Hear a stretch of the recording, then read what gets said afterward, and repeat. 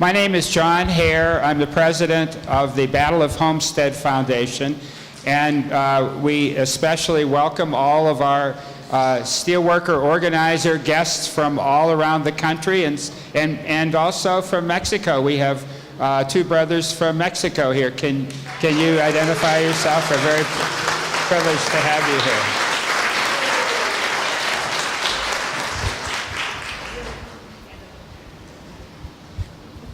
Steffi reminds me that Canada is another country, which I kind of knew. And we have Canadian brothers and sisters here too. Can you identify yourself? Good. So we're especially pleased to have you here on the 125th anniversary of the Battle of Homestead that happened right at this very spot on July 6th. And last Thursday, July 6th, we memorialized that event with several celebrations. One at the Homestead Cemetery, where 6 of the 7 townspeople and workers that were killed by the Pinkerton Guards on that day are buried at the cemetery. We had a wonderful memorial, talked about those people. And then in the evening, we had a sold-out play with a noted actor, acclaimed actor, Mark Rylance here, who came on his own when we asked, for no remuneration, because he is so enthralled of the story of the Battle of Homestead and is writing a play about that. And we heard part of the play, the Carnegie Library Museum was the music hall, which seats 1,100 people, was sold out. And we ended up singing the Battle of Homestead song and pledging solidarity forever. So if you're interested in the Battle of Homestead Foundation, we've existed for more than 20 years, and our program for this year, the 125th anniversary year, is described on this brochure, which you can take when you leave if you would like. There certainly is several programs that we know that our visiting brothers and sisters will be participating in.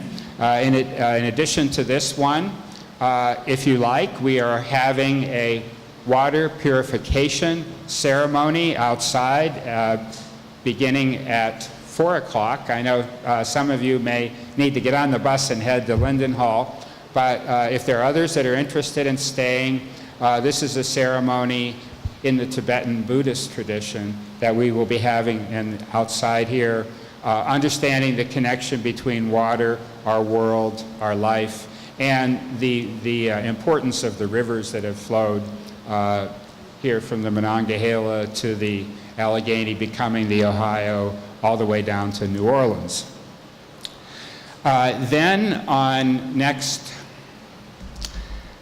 Thursday, the 13th, at the Bulgarian Macedonian Beneficial Association, which is here in West Homestead, there will be a continuing education play for honoring the 75th anniversary of the United Steelworkers.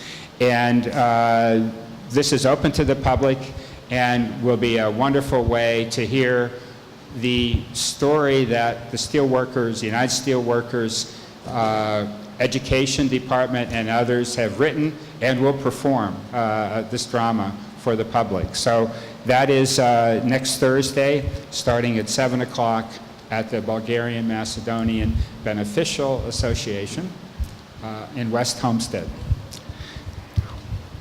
I'm so pleased to be here today. Every year, the United Steelworkers and the Battle of Homestead Foundation sponsors the Bernard Kleinman Memorial Lecture.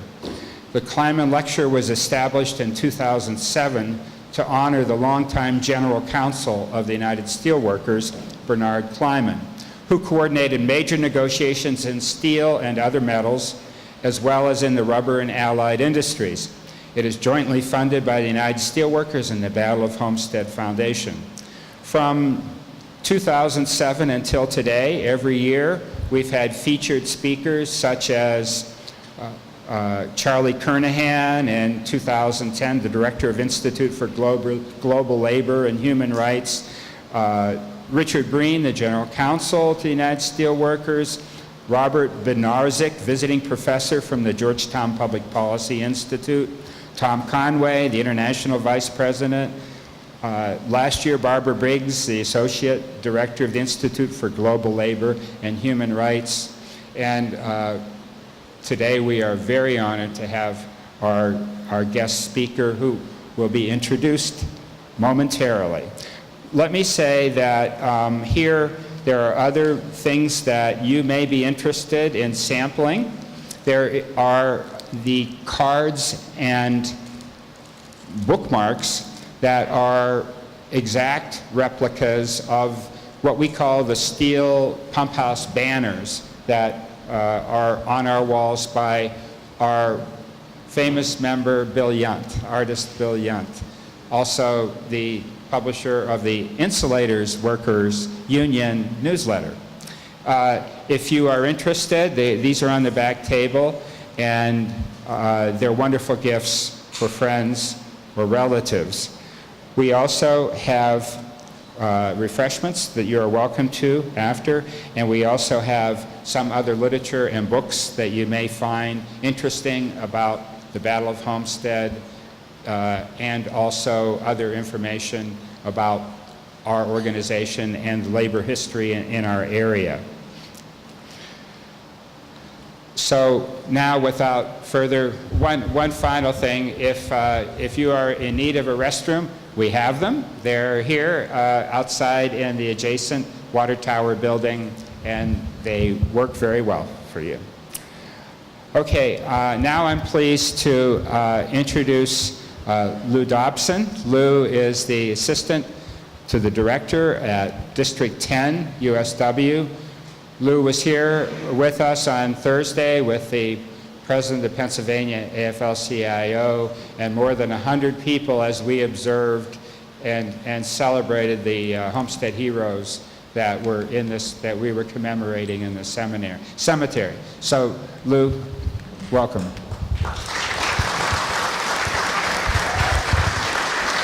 Thank you.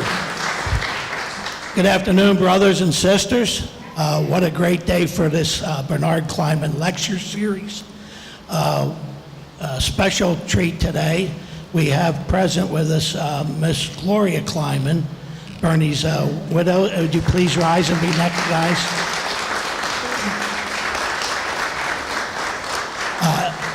Anybody with the steelworkers, certainly no stranger to the name Bernie Kleinman.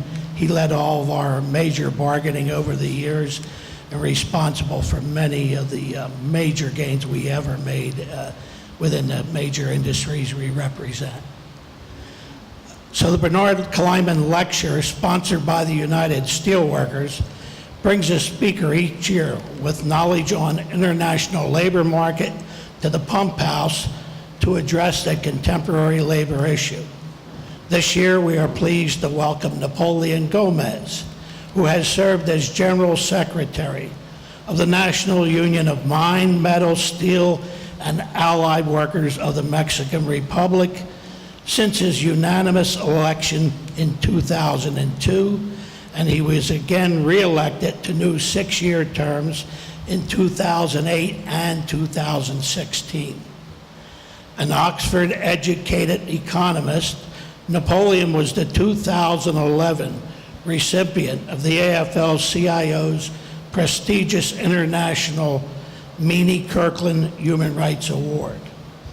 He is also a member of the Executive Committee of Industrial Global Union, the world's most powerful labor organization, and he works closely with leaders of unions around the world, including the United Steelworkers of North America. As Richard Trumka, president of the AFL-CIO, says, Napoleon is a hero. Every day he fights for the lives and welfare of the Mexican workers and their family.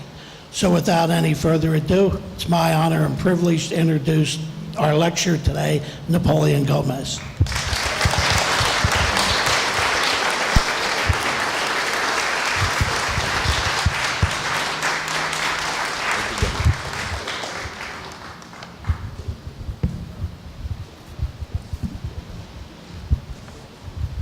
Thank you very much for inviting me. It's an honor to be here today in these important historical celebrations of the 125th anniversary of the Homestead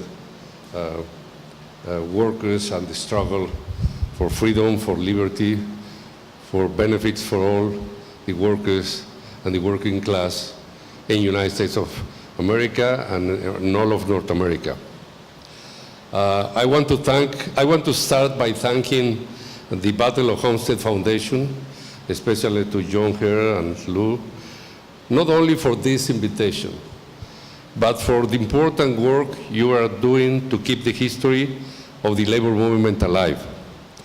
And I especially want to thank Steffi Domike for all of her assistance, which made it possible for me to be here today. I also want to recognize the great legacy of Bernard Kleinman, the late General Counsel of the United Steelworkers, to whom this lecture series is a continuing tribute. Today, we are here to honor the memory of the courageous men and women who 125 years ago took history in their hands and bravely stood up to the forces of radical and savage capitalism that was rapidly transforming industrial production, stripping workers of their rights in the name of market-driven efficiency and increased profitability. Their act of resistance gave birth, after many more battles, to the modern industrial trade union movement.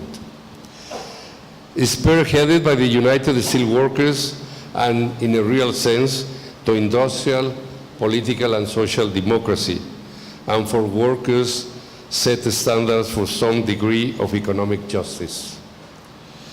But as we know, capitalism doesn't rest.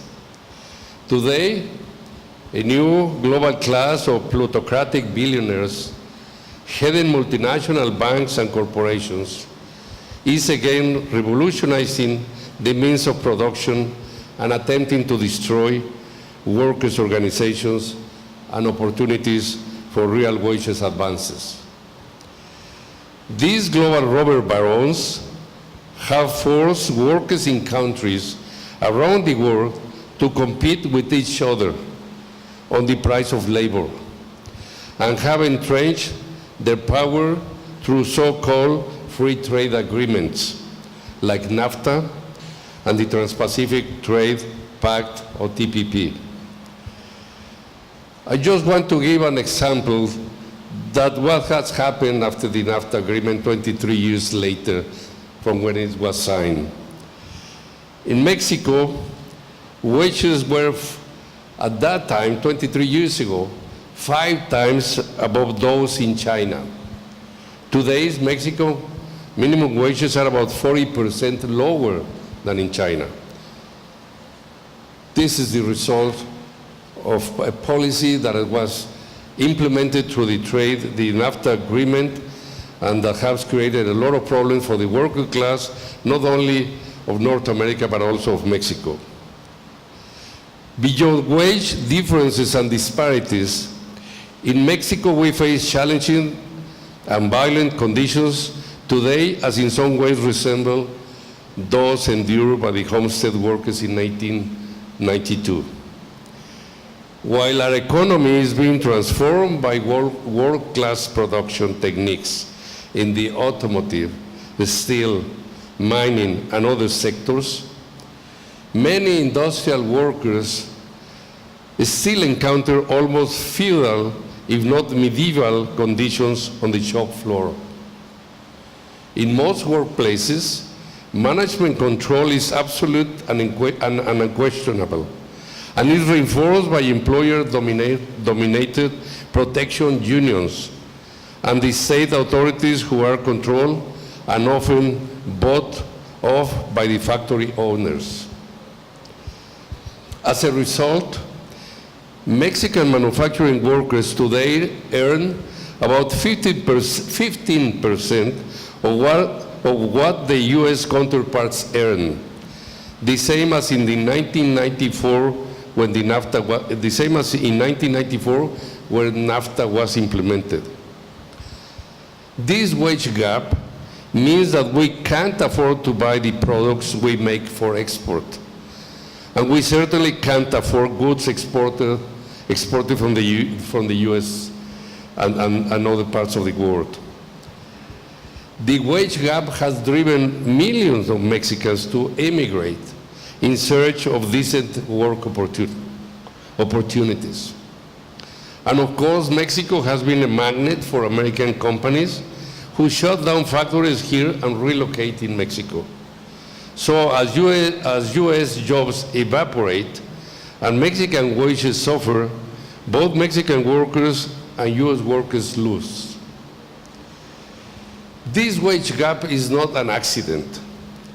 For the past 50 years, the government and the billionaires club that controls the Mexican economy have enforced a systematic policy of keeping wages low and workers poor to attract foreign investment. A key part of this policy is the use of protection unions, which are the employer-dominated labor organizations that sign contracts with employers, often without the knowledge of the workers, and sometimes even before the plant is open. The protection contract is the dominant model designated to exploit workers, to keep wages low, and attract foreign investment. This impacts the lives of 90% of the workers in these so-called unions. My union, Los Mineros, is one of the few democratic unions in Mexico that has fought back against the protection contract system. We are the resistance to the dominant model of exploitation. Our members and their families have paid a heavy price for this. The protection contracts are protection for the companies. Let me explain a little bit more about that. And Mexico has characterized in the last 30 years since a huge process of privatization of public companies went into private hands. They create this system of protection contracts in which workers are not aware of what if they have a collective bargaining agreement or no. They cannot elect their leaders. They cannot choose the union they belong. So it's a system of corruption in which the companies and labor leaders, so-called pseudo-labor leaders, make an agreement at the back of the workers. And the biggest trade union organizations of Mexico, like the CTM, the Confederation of Workers of Mexico, another confederation, the CROC, and another one, CTC, these three biggest organizations, what are institutional, official organizations, own, we say own because it's what they own, 90% of these protection contracts. We have criticized and demanded change to this labor policy that exploits workers and create these problems of attracting foreign investment because of the low wages in Mexico. We, Los Mineros, in the Mine and Steelworkers Union, fight for a completely different policy. And we will be very successful in spite of all these attacks and campaigns, smear campaigns that we have received against us. We have got, in the last 10 years, the highest wage and benefit increases for our workers, 3 and 4 times above the national average of the rest of the unions in Mexico. We have been able to organize thousands of new workers to our union, but we have always the opposition of the government and companies because they think that we are too radical But we haven't been, we are radical in defending workers' rights and human rights. And of course, we will continue doing so.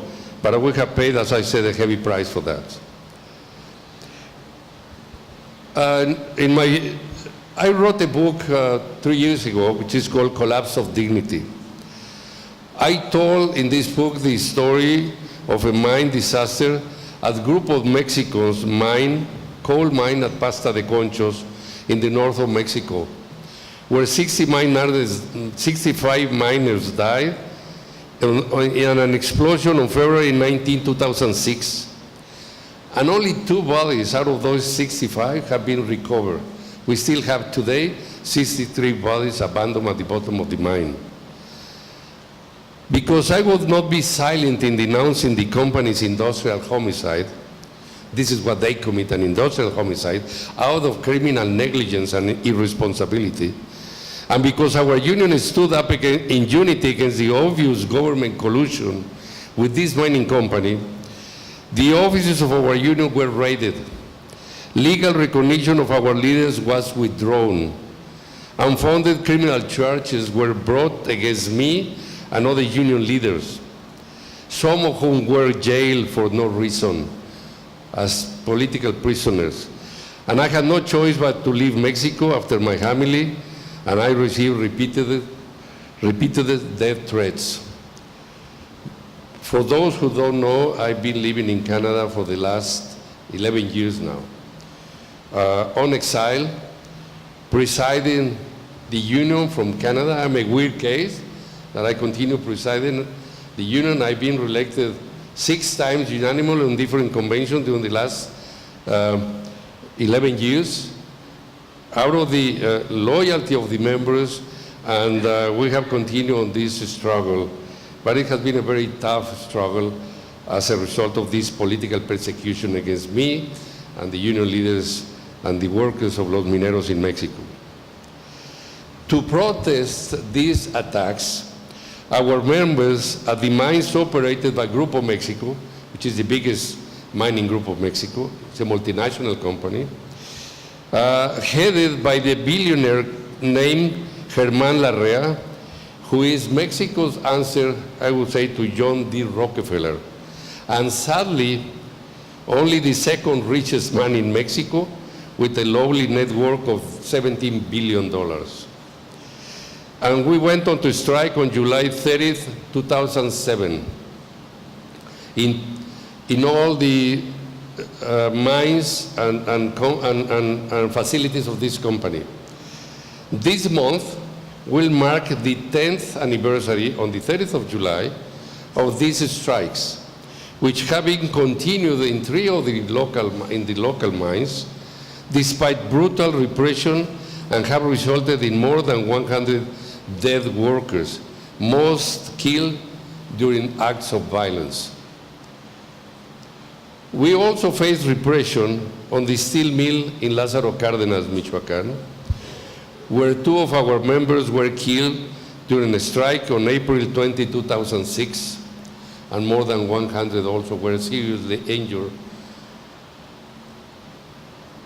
And at the Cananea copper mine, which is the biggest copper mine, and it's claimed to be the 3rd largest copper mine in the world, when we went on to strike, the mine owners shamelessly substituted cheap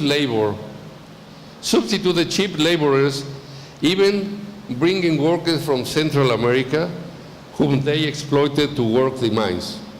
They didn't want to continue working with the members of our union, Los Mineros. And even they dared to bring people from Salvador, Honduras, Guatemala, and many others, just to pay low wages. This is what really explains why so many American companies, Canadian companies, and many others have been moving to Mexico. It's an unjust policy for the workers of Mexico. It's a wrong policy that we have been criticizing very strongly against the Mexican government. At AMSA, Altos Hornos de Mexico is the biggest, or one of the biggest steel producers of Mexico, another major steel producer. We have fought a long battle against the company's attempt to install a puppet union. the federal and state authorities have refused to protect the workers.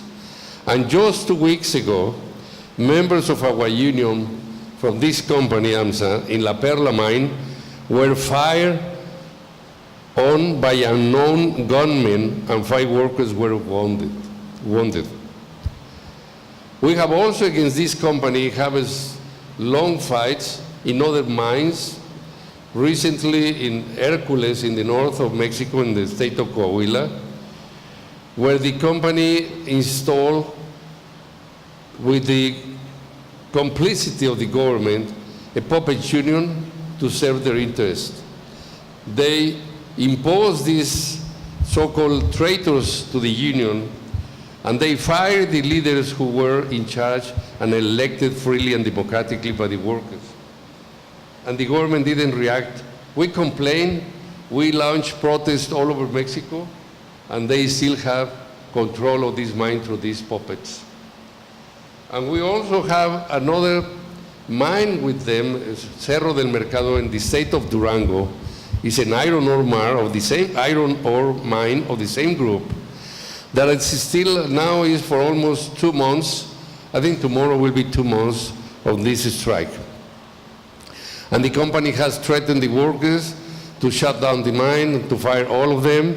If they don't accept that, 125 workers are going to be fired and substituted by these kind of gangs and traitors to the union that they want to impose. We have resisted and we will continue resisting on this mine. These are the kind of attacks that we receive all the time. Unfortunately, the corruption of the Mexican government and the collusion with all these companies has been increasing in the last years. And probably they feel today stronger, in a stronger position because of what is happening in the world today, that right-wing governments, conservative governments, are attacking the labor movement. Fortunately, the Mexican mine and steel workers have not been alone in this fight. In the same way that John L. Lewis and the United Mine Workers supported industrial organizing in the US, auto and steel industries in the 1930s, for nearly 2 decades. Leo Girard and the United Steelworkers have been standing with Los Mineros, our union, in a fight to construct a North American industrial union. In fact, in 2005, Leo Girard and I signed a strategic alliance between the United Steelworkers and Los Mineros because we know that solidarity works, and that we said at that moment that globalization was going to bring benefits for the companies and more power to the companies to exploit workers all over, so that we should create our own efforts to globalize our strategies and actions as well. We, the working class, and we signed this strategic alliance in 2005, which helped us very much when these attacks and conflicts began in 2006 against Los Mineros. Our fight is far from over, and only history can give us a verdict. But it is important for many reasons. First, as I already explained, our members and the steel workers in the US and Canada share a common interest in narrowing the wage gap with Mexico. That gap can be closed only one of 2 ways: by pushing US and Canadian wages down, or by raising Mexican wages up. If you ask the workers to vote, there is no contest. Higher wages benefit all workers and the broader company. When workers have more spending power, it translates into more demand, more growth, and more jobs. This is what we have been fighting for in our union, and this is we have been successful, but unfortunately we are only one of the few democratic unions in Mexico who really fight to defend and protect workers' rights. Second, we have many common employers. Steel companies such as ArcelorMittal, Grupo CH, which owns Republic Steel, and Tenaris, mining companies such as Gold Corp, Grupo Mexico, which own Asarco and Hecla Mining, and manufacturing companies such as ASFK and Dana, which make transportation equipment. We only benefit as we influence companies together to favor shared interests of workers and support for collective bargaining. Third, we share a common history and heritage. The Cananea mine, where the Mexican Revolution started in 1906, was owned by Asarco. It was a similar strike that the mine workers of Cananea had in the north of Mexico. The 1st of June of 1906, and they used, of course, the company at that time was owned by an American capitalist who brought the Rangers from the United States. The Mexican government allowed for that, and they repressed the workers, and 27 of our members were killed at that time. So we had a history also, and this create the basis, the intellectual basis, and the political conditions for the Mexican Revolution, which started in 1910, 4 years later, after this repression and assassination of our members in the Cananea copper mine. And this company, which was owned by Asarco, the American Smelting and Refining Company, which in those days belonged to the Guggenheim family. Today, Asarco's properties in Arizona and Texas are owned by Grupo Mexico, the same multinational company, the biggest mining Group of Mexico, and the owner of this company, as I said, is the second richest man in Mexico.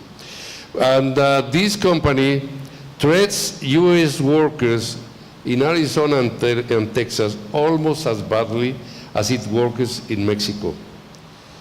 Many of the USW members at Asarco mines in Arizona are descended from Mexican families, and there is a long history of cross-border collaboration. Likewise, many Mexican workers immigrated to Northwest Indiana and Chicago in the 1920s, where they helped build the steel industry.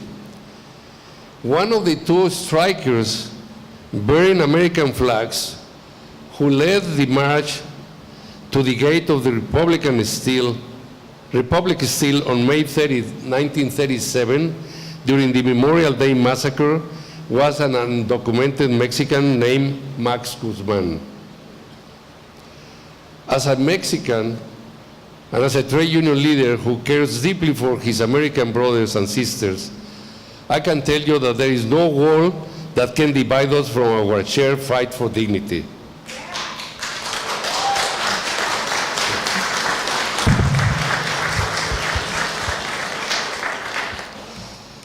We share common values and principles as national industrial unions.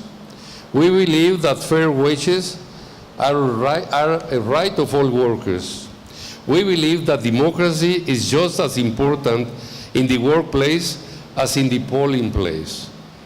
We believe that an injury against one is an injury to all. We believe that the right to strike and the right to collective bargaining are some of the sacred pillars of our legacy as workers, and the legacy that Homestead represents in our collective imagination. We do not fight for our interests. If we don't fight for our interests, who will fight for us? Given the violent labor context in Mexico, it is really no surprise that my dear and respected friend Leo Gerard and the USW helped me and my family escape political persecution and find a safe home in Canada. It is not surprise that for the past 9 years, more than 100 steel workers have marched every year in Lázaro Cárdenas to commemorate the two mineros who were murdered by the police in 2006 steel strike. It is not surprise that the United Steelworkers has helped us establish a national women's program we call Mineras de Acero, or Women of Steel, to fulfill our promise of equality and justice for everyone. And it is no surprise that when the USW rallied in Indianapolis against carrier decisions to close its plant and move to work to Mexico, a member of the executive committee, the National Executive Committee of Los Mineros, addressed the rally to demand that the company keep the jobs in the US. That is what international solidarity is all about.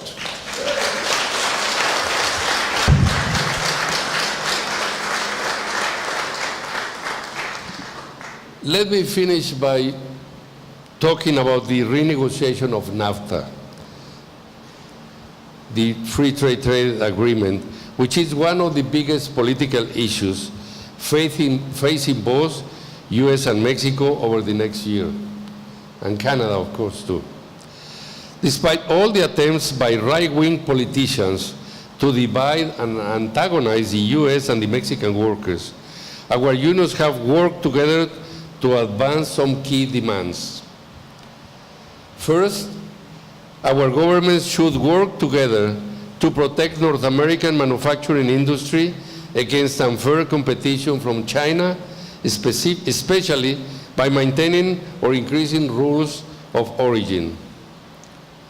Second, we demand transparency and accountability in the negotiations and oppose the investor-state dispute settlement and oppose this investor-state dispute settlement process, which put workers' rights, public health, and safety and environmental protection in the hands of secret tribunals. Third, the minimum wage in Mexico must be increased. We could start, and let me tell you that by our struggle for increased workers'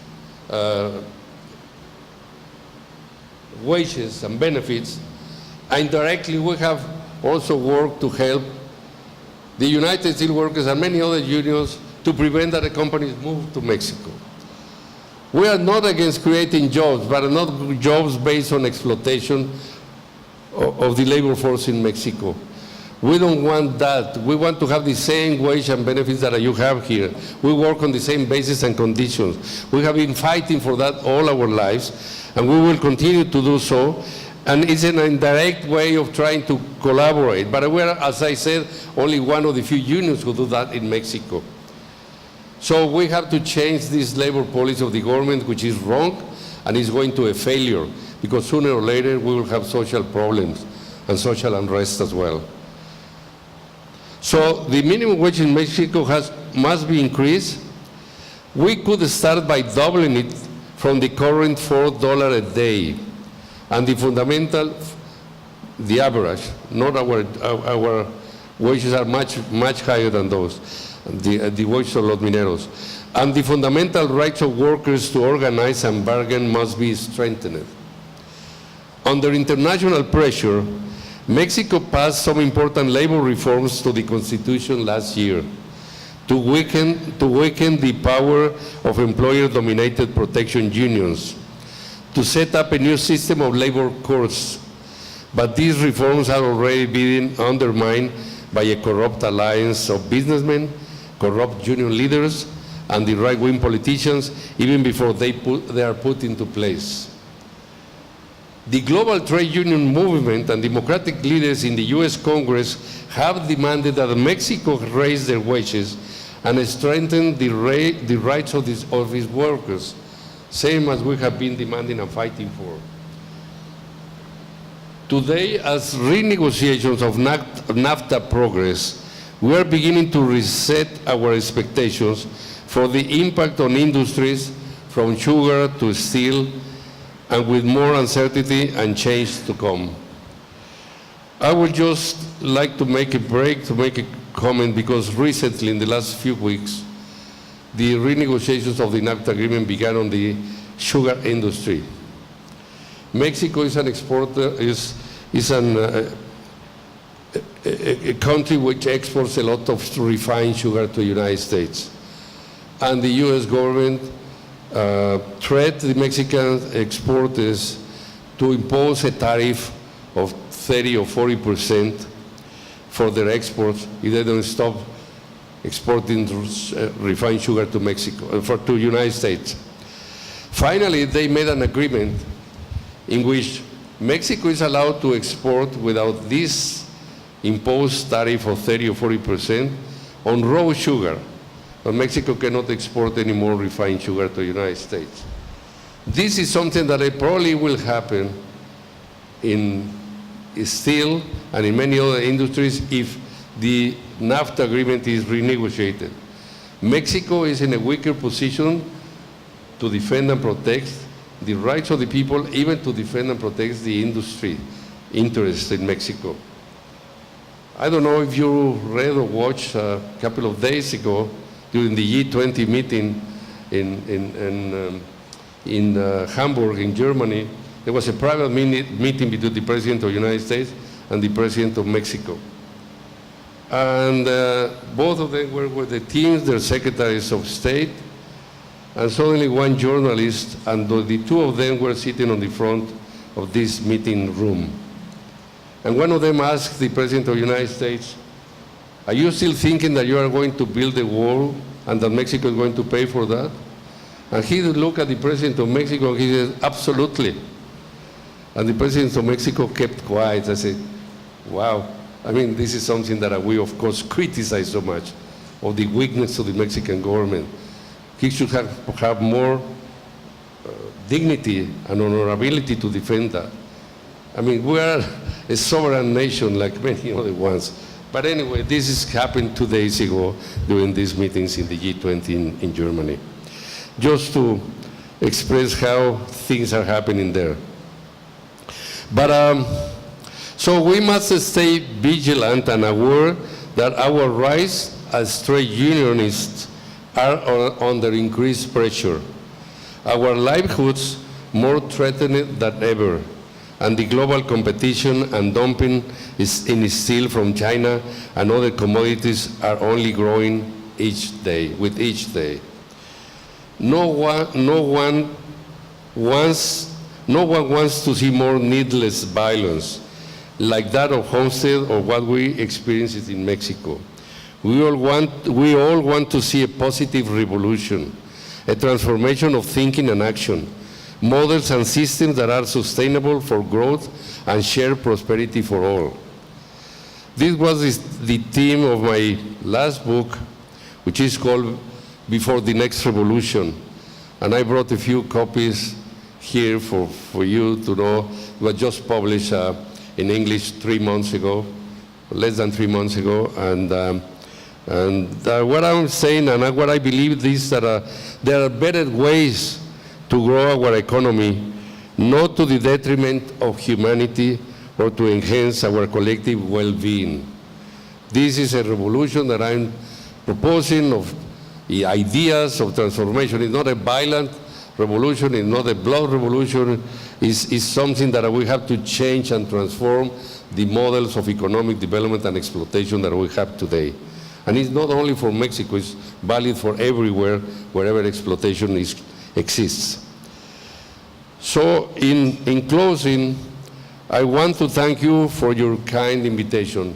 It's really a privilege and an honor for me to be here on behalf of my trade union, my colleagues, Los Mineros from Mexico, and my family. Thank you very much for inviting me. We, Los Mineros, are a strong and proud union. We continue the legacy of the Homestead strike. We must reinforce our strategies and our commitment to solidarity. We must continue to work together toward common goals of justice, respect, dignity, and honoring those who have fallen in the fight for social and economic justice. It is us who must lead this fight. It is us who must work relentlessly to protect the values, livelihoods, and futures of the working and middle classes, not just here, but everywhere people are vulnerable in the world today. Thank you very much for your invitation. Thank you very much for being here.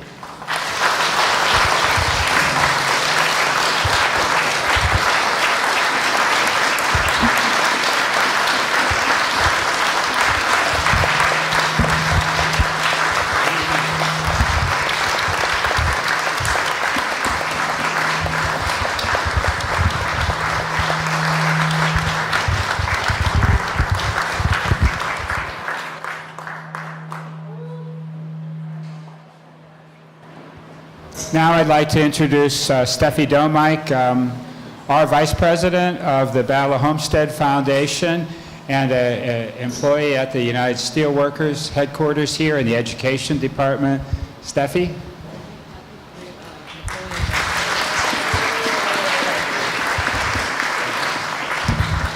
First, I want to give John the book, the last one I wrote, Before the Next Revolution. It was published first in Spanish a few months ago, and now it's translated into English, and probably soon in French too. So, John, I'm going to...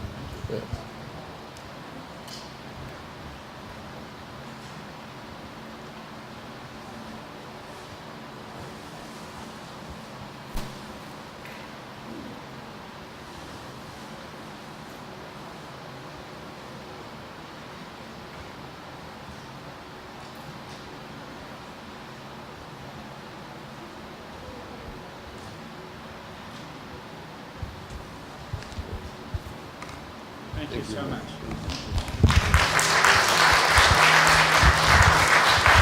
Thank you. You stay. Whoa. Wait just a minute. I am so pleased that Napoleon could make it to be our lecturer today. As those in Battle of Homestead know, I suggested that we invite you as soon as the last lecture was over, and then we had to wait for the election.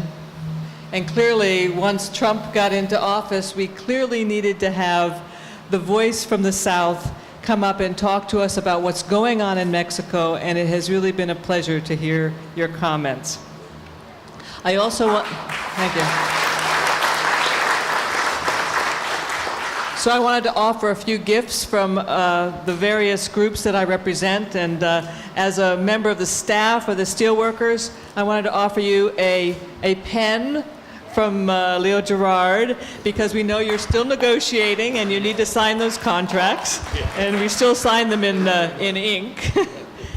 And I also wanted to, from the Battle of Homestead Foundation, a couple of the cards that we have been making of these banners, and hope that you can, if you still write notes, some of us do. And this is the calendar of what's happening this year. As well, we've been meeting and talking a lot about the history here, and this is the book that our Battle of Homestead Foundation put together 25 years ago about our battle that took place here, and the movie that we produced, and I hope you enjoy them and understand that there are many parallels in our struggles and our joint histories, and that you will see as you investigate. It's 125 years ago, and now some of the battles that your organization has been engaged in have some of that same violence and the same kind of terror to the communities that took place right here. So I wanted to make sure you had those gifts. I will read and I will watch. Yes. Thank you.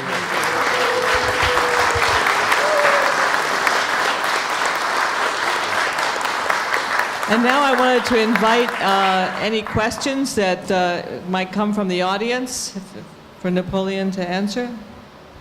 Guillermo.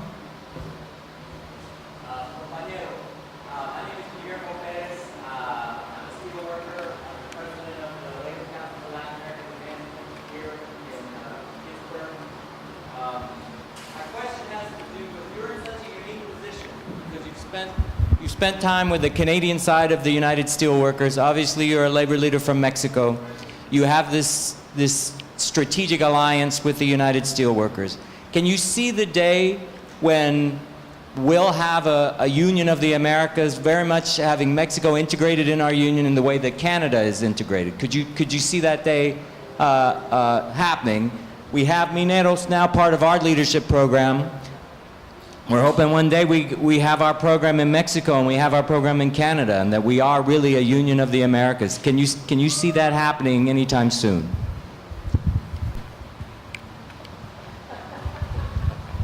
Thank you, Steffi. Thank you, Guillermo, for the question. We have been working since, I would say since 2005, and more recently after I left Mexico and arrived to Canada I went to Canada on March 2006. You know, the mine tragedy and explosion happened in the 19th of February 2006, when I accused the company of industrial homicide. I demand the resignation of the Secretary of Labor because it was completed of the government of Vicente Fox colluded with the company. And after the 5 days of trying to rescue our colleagues, they decided to shut down the mine and abandon. They sent the army, the federal police forces, and they sealed the mine and they abandoned our colleagues without knowing if they were dead or alive. This is why I accuse the company of industrial homicide and many other criticisms that I did. And of course, the response of the government was to launch a huge smear campaign in the media to attack me and to attack the union, and of course trying to put me in prison or worse. So Leo Gerard, since the beginning, we were in conversation when this happens. I was in the mine, in the coal mine. I stayed there for another 3 weeks, hiding for the police forces, sleeping in houses of our colleagues, night to night, and going back to the mine to be with the widows and the families. We were really very angry against the government, against the company. But at one moment, about 3.5 weeks after I was in the mine, things were becoming more tense and worse. So Leo Gerard recommended me to leave the country. My colleagues from the union recommended me to leave the country. A lawyer that we hired at that moment, my friends, my family. So since we moved and I left, I went to Canada. Then we continue. I went to the United States first, by the way. I went to Texas for a few days and then to Albuquerque. I say all this story in my previous book, Collapse of Dignity. And then I went to Albuquerque, to District 12. I stayed for about 3 weeks. But at that time, in the United States, the president was George Bush, and in Mexico, Vicente Fox. And Leo and me talk about, they were very close friends. They used to ride horses in their ranches. So it was dangerous for me to be in Texas and probably in the United States, so it was safer for me to go to Canada. So we went to Canada. I went to Canada. Unfortunately, I didn't have problems that we have today with Mexicans entering Canada. But after we were there, we started having talks and more frequent negotiations on the basis of the strategic alliance that we had signed in 2005. We have continued on these negotiations. We were talking about creating and integrating one union, one trade union, North American trade union from Canada, United States, and Mexico. There is only one limitation in the Mexican law, but apart from that, we have made great advances on the integration process. As I said in my speech, we have common employers, we have common strategies, we have a common history, and so we have continued that. I think that we will be successful sometime in having this process of integration completed. Unfortunately, being in Canada for me is much more difficult to preside my union from 5,000 kilometers at distance. So it's difficult to create the conditions, but the workers, I think they know in Mexico, we really recognize so much the strong solidarity that the United Steelworkers have provided us. And probably without that strong solidarity, we have not survived these attacks that we receive, tremendous attacks along all these years. Even today they continue, but you know, I was personally accused 11 times of the same facts, of the same false accusations. I had 11 warrant arrests against me being in Canada. And all of them, we had to go to tribunals and judges and dismiss all of them.